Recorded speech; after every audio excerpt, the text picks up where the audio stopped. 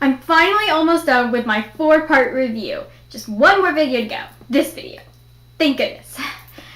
Which is really good because this library book's almost due and I really need to take these tabs out of this book.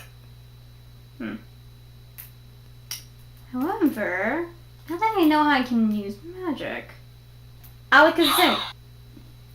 Perfect. Alright guys, let's finish this review. Hey everyone, and welcome to my final part of my 4-part series on Harry Potter and the Sorcerer's Stone.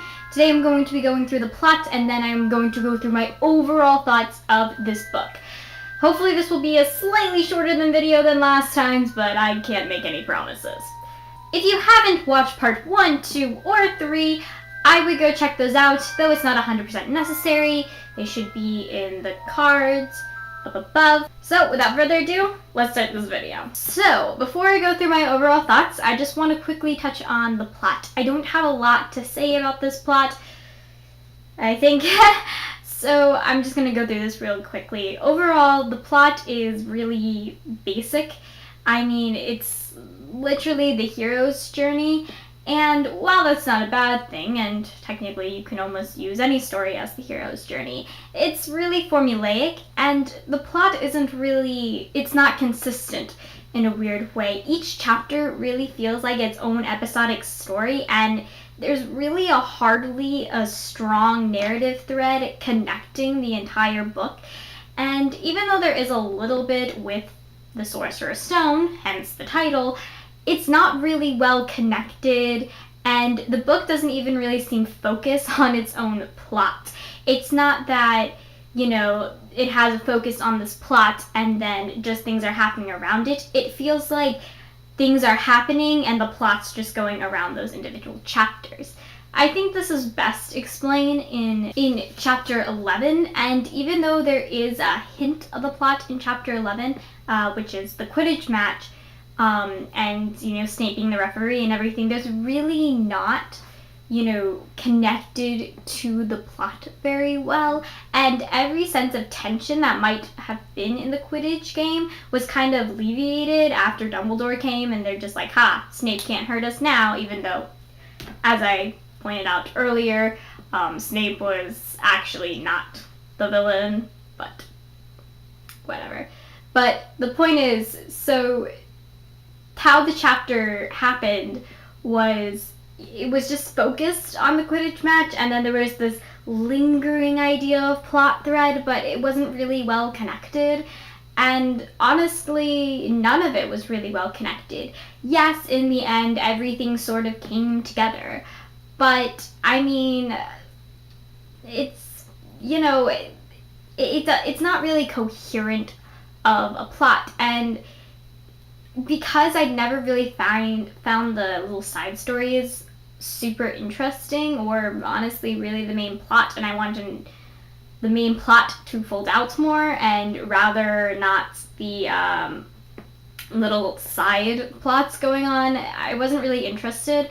Personally, I didn't find it interesting, all of the school drama, the competition or whatever, and it just didn't really do well for me. And even though this clearly is a series, and there were some things left open-ended, and I would argue that most of that is character drama, if anything, but the book ended in a really weird way. Everything just sort of worked out in the end. I don't like when this happens. This is kind of a classic, children's book trope, but everything just ends up too perfectly in the end. I mean, there's literally no consequences. Like, at first, I actually thought that, so at the end in the House Cup, which is, I guess, the other main plot of the story besides, the Sorcerer's Stone and everything, which, as I said, was So there's this house tournament, and that's basically the main drama, I guess, in this thing. It's really more the main plot, but I guess, it wasn't interesting enough, and I didn't think it was, so they just kind of threw in this other thing with the Sorcerer's Stone, and it did connect in the end, when basically, Dumbledore at the very last minute decided to award these points to Gryffindor because, they got the Sorcerer's Stone and everything. And like, okay, like that's fair and everything, but so he was awarding all these points and everything, and then like all of a sudden, and then so when all the points were like totaled in the end, Gryffindor was tied with Slytherin, and I was just like, oh, so she's gonna make it a tie, like that's pretty cool. And then it was like, nope, just kidding. But Neville, oh my god, I never even talked about Neville in my characters. Whoops, I just realized that. And it was just like, hey Neville, because you were brave and stood up to your friends, you get 10 extra points, and therefore Gryffindor won by just a little bit. Gryffindor got the house cup, Slytherin didn't, and everything is good in the end because Slytherins are pure evil. That's the one thing I learned in Harry Potter, is that Slytherins are evil. Which, like, okay, yeah, that's generalizing things a little bit, but yeah. Also, the fact that Neville was awarded 10 points extra just because, like, he stood up to his friends, that's dumb in my opinion. I'm sorry, but he's Gryffindor, he's supposed to be brave. Why should he be rewarded for bravery? Doesn't make any sense. Like, I know his character isn't brave, which is why I don't understand why he was in Gryffindor. I still don't get it. I mean, I know he stood up in the end, but just because you have one brave moment doesn't make you a brave person and deserving of the Gryffindor house. But I don't know. I mean, I didn't make up these rules, so okay, whatever. Yeah, so that was a little dumb and that was a little cheesy, and I'm like, no. Like, even if she just had it like they tied in the end and everything, I'd have been like, okay, that's teeny tiny bit of a risk. There would have been at least a little consequences, but nope, there were no consequences for his actions, which is like, great. Solid. So yeah, as I said, the plot is just that. I mean, it's mostly just sort of like a boat to explore the world and the characters. Not really the characters, because it's not even really a character-driven story. Like, there's a difference between like a character-driven story and a plot-driven story, and this doesn't feel like either one of them. Like, the book doesn't seem focused on like the plot or the characters, and so I think this is actually like a world-building story. I don't know if this is a technical thing, but this is just what it feels like to me. So I honestly think that this story was made to show off the world it created, because there's really no better reason for the story to exist. Like, it doesn't seem focused on its plot. It doesn't really seem focused on their characters either, and I sort of touched on this in my first part of the video. But, you know, it doesn't feel that connected with each other, and it's just kind of awkward. And I guess because of that, I wasn't super invested in the story. I was drawn into the story, but I wasn't really invested. Like, even though the stakes were high, I guess because the stakes didn't really feel that strong to me. Like, there wasn't a lot of good reasons to get invested in, and I honestly think that's because the characters weren't really strengthened and the plot wasn't really, you know, thick enough. In this story, as I said, the side tangents just loosened the severity of the plot, and because the characters I didn't really think took it seriously, I, as the audience, didn't take it seriously. So yeah, and as I said, I didn't take the characters really seriously because I didn't really get super close to any of the characters. I wasn't really invested in their dramas. That I think they have more interesting dramas, you know, things in their life than what was, you know, going through the book. I think that was really my problem overall with the book, is that I wasn't really invested in the story. I didn't really get into these characters or this plot really well, and I was able to get into the world, but as I said, with J.K. Rowling's writing that took me out of the story, it just didn't feel like an amazing book to me, and I wanted to adore this book. I really did. But I just couldn't. I couldn't adore this book. Did I hate it? No. there were good things in there. As I said, the world that it was created is a pretty interesting and cool world. It is, there's nothing super wrong with the plot or the characters, but it just didn't feel super exciting to me. And I can't even really say it's really cliche because I don't really know what to call it, but I just never really got into this. And I really do think it's because I've really never been into these sort of stories. Stories about with loose magic systems and these types of characters and the hero that can just do everything and there's really no good explanation for it, or you see, even sometimes if there is, I never really got into those stories, and that was a problem for me, and I did struggle with that.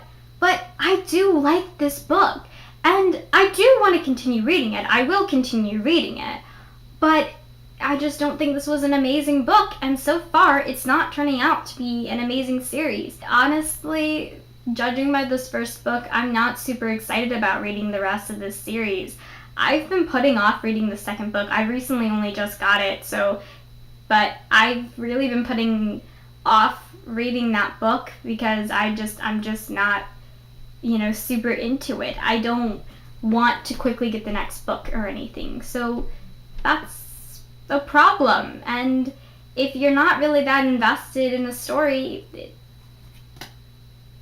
that's just sort of my problem with it. So I asked myself this, and I think everyone should. Why is this series so popular? Why is this book so popular?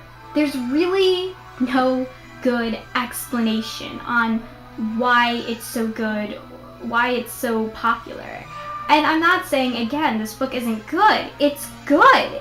But I don't understand why it's one of the best-selling books of all time. Why is it an instant classic? Why? I don't understand. And I was thinking about this for a while, and I truly think that the reason why this book is so popular and the series is so popular, even though the first book is sort of weak in my opinion, is for possibly two reasons. One, the rest of the series overshadows this, and I hope it does. As I said, I really do hope this gets better.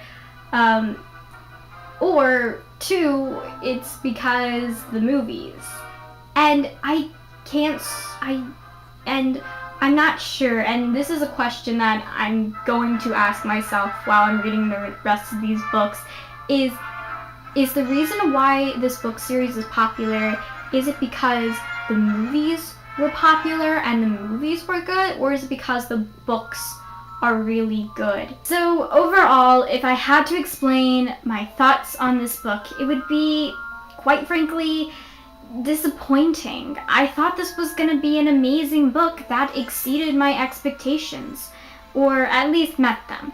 And, well, it didn't. The thing is, I don't really know why people get so excited about this book still. And if I was to rate this book, I would probably give it a 3 out of 5 stars. As I said, it's not bad. I guess it just didn't meet my expectations. It wasn't this amazing, groundbreaking book for me. It didn't really spark anything for me. Well, that's it for this video. If you liked it, hit that like button and subscribe to my channel for more. What? What the heck is that? What the heck? What the heck is this?